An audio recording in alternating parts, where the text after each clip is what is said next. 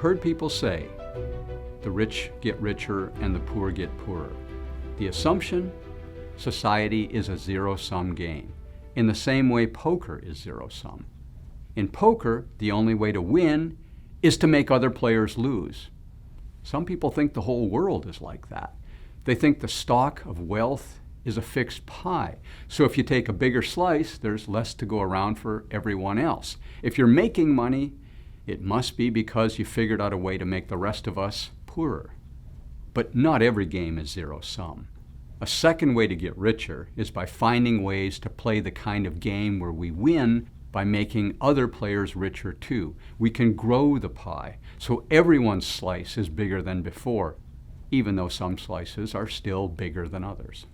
For example, we can try to bring services to market that our customers want and offer our services at a price they can afford. If we succeed, then we make our customers better off. That's how the economy has grown, and the amount of wealth in the world has skyrocketed over the past 200 years. In the words of John Rawls, the most famous philosopher of the 20th century, we can be part of a cooperative venture for mutual advantage. If all we look at is a snapshot of society's wealth at a given moment and treat what we're looking at as the outcome rather than as a moment in an ongoing process, then of course what we're looking at will seem unfair. It seems unfair that some highly skilled 40-year-olds can have so much and unskilled 20-year-olds can have so little. If you just look at their income in a snapshot, inexperienced 20-year-olds working part-time and attending college will always look grossly disadvantaged compared to highly skilled 40-year-olds. Obviously, in 20 years, some of those 20-year-olds will be highly skilled 40-year-olds, but a snapshot gives the misleading impression that our incomes and fates are fixed in one place and that what matters is momentary inequality.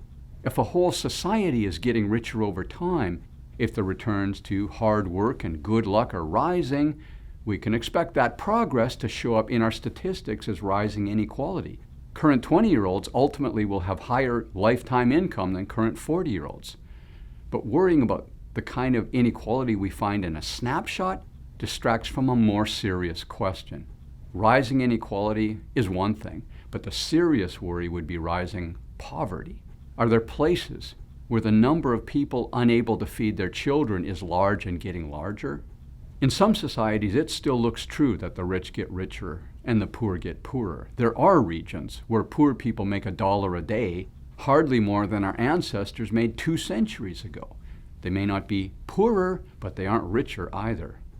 But in other societies, life expectancy, the most important measure of welfare there is rapidly rising for everyone. There are places where economic growth over the past 200 years has led to a stage where poverty is more like only being able to afford one car than only being able to feed one child. Many of us experience poverty at some stage of our lives, but it's a hardship, not a death sentence. One last thought about the rich getting richer and the poor getting poorer. Suppose you think everyone should pay their fair share of taxes. You think rich people shouldn't pay less than poor people. Now, does that mean rich and poor people should pay an equal number of dollars? Maybe instead they should pay an equal percentage of their income. Or suppose poor guy earns $10,000 and pays 10% of his income in taxes, while rich guy earns $100,000 and pays 38% of his income in taxes. Together, they paid $39,000 in taxes, but rich guy paid more than 97% of that total. Some would argue that rich guy should have paid even more. After all, rich guy's after-tax income is still $62,000, while poor guy's is only $9,000. That leaves us with 2 gross inequalities, not one.